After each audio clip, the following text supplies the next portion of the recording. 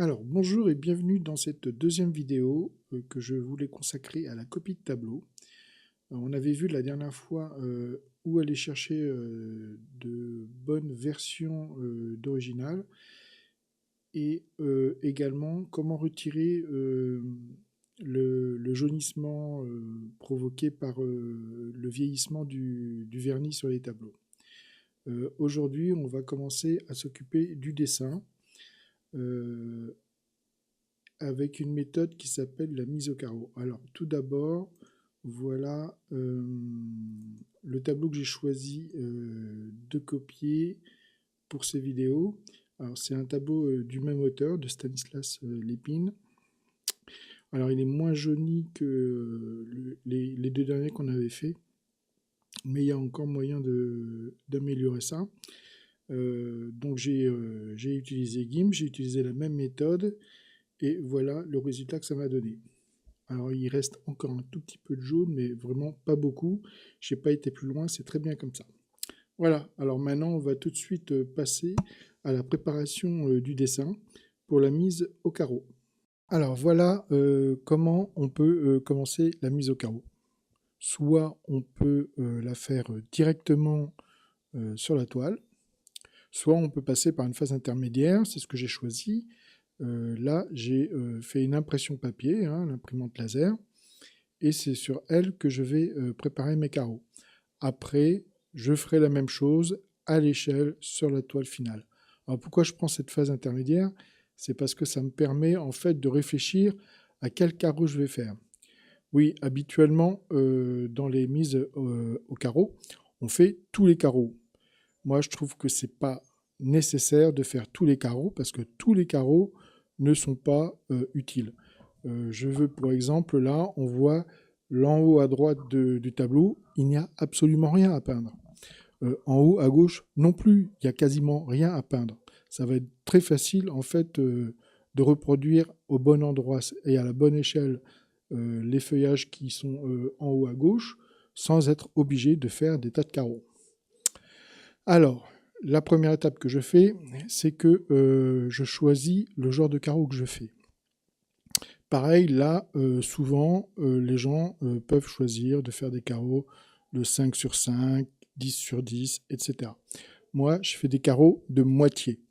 C'est-à-dire que je prends les dimensions de mon original et je coupe la moitié. Et je le fais en plus à main levée, j'ai pas besoin de mesurer, d'accord? On peut le faire, c'est très facile. Normalement, tout le monde est capable de déterminer où se trouve le point à la moitié d'un segment.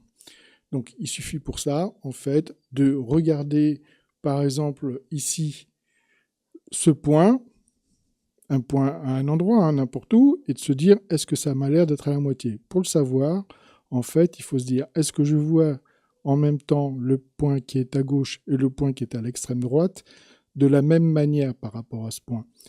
Si la réponse est non, c'est que le point que vous regardez n'est pas à la moitié. Alors vous vous déplacez du bon côté, et puis à un moment donné, vous dites, tiens, ça m'a l'air, les points des extrémités m'ont l'air d'être à la même distance de ça, sans bouger vos yeux de cet endroit. Et là, c'est que vous avez trouvé votre moitié. Vous faites la même chose en bas, et vous aurez votre moitié. Et vous répétez ça tout le temps. Alors, d'abord, on fait une croix, la moitié l'horizontale, moitié verticale. Ça, c'est systématique. Ensuite, beaucoup moins systématique, c'est de recroiser ces quatre parties. Alors, j'ai choisi, cette fois-ci, de faire le plus de carreaux dans la partie en bas à gauche, parce que c'est là où se trouve le plus grand nombre d'objets. Donc, j'ai fait à nouveau une croix dans le carré en bas à gauche. Voilà. Dans le premier carré rectangle qui se trouve ici, je n'ai fait que une ligne verticale. Pourquoi? Parce qu'en fait, ça m'a permis de déterminer un point de frontière dans le dessin.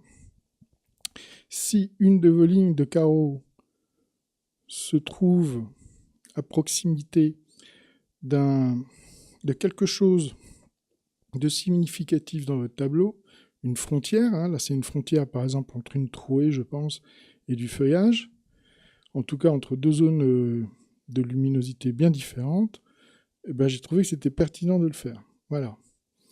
Pour ce qui est de cette verticale, je sais qu'elle n'est pas au milieu, donc ce sera plutôt dans la partie droite, mais j'ai pas besoin d'aller plus loin. Ensuite, qu'est-ce que j'ai voulu faire d'autre? Voilà, en bas à droite, je me suis dit que ça pouvait être pertinent de faire cette horizontale ici, sachant qu'il allait y avoir une bordure un petit peu au-dessus. Donc j'ai fait également une ligne horizontale là. Par contre, dans le rectangle en bas à gauche, je n'ai absolument rien fait, parce qu'il n'y a pas grand-chose à peindre. Ça va être assez facile de le faire à main levée. Et dans le rectangle en haut à droite, là, par contre, j'étais un petit peu plus précis. Alors, j'ai fait une première horizontale. Elle ne m'apportait rien d'intéressant, mais simplement, elle m'a servi, en fait, ensuite, de faire une verticale ici, parce qu'il y a pas mal de détails. Et je voulais savoir où se trouvait la moitié, qu'est-ce qu'il y allait y avoir à dessiner, en fait, dans la moitié de cette zone ici. Donc, je vois, il y a une espèce de cheminée. Après, j'ai refait une moitié parce que c'était pour vous montrer qu'il y a une légère pente, qui va vers l'horizon. Ça vous donne un point de fuite. Et puis là, j'ai fait une autre moitié pour la même raison que celle-là, pour savoir ce qui était un petit peu la partie gauche et ce qui était dans la partie droite. Ensuite, dans le grand rectangle en bas à droite, la seule chose que j'ai fait, c'est que j'ai marqué la moitié ici, pareil, pour savoir ce qui allait se trouver à droite et ce qui allait se trouver à gauche de cette moitié. Je n'ai pas été plus loin, je n'ai pas fait une grande verticale. Voilà pour ce qui est du dessin. Ensuite, la prochaine étape, ça va être de faire la même chose, mais sur le tableau et à main levée. On va le faire avec le manche d'un pinceau. Pas besoin d'écrire, pas besoin de peindre. Ça va être très vite fait, vous allez voir. Voilà, à tout de suite.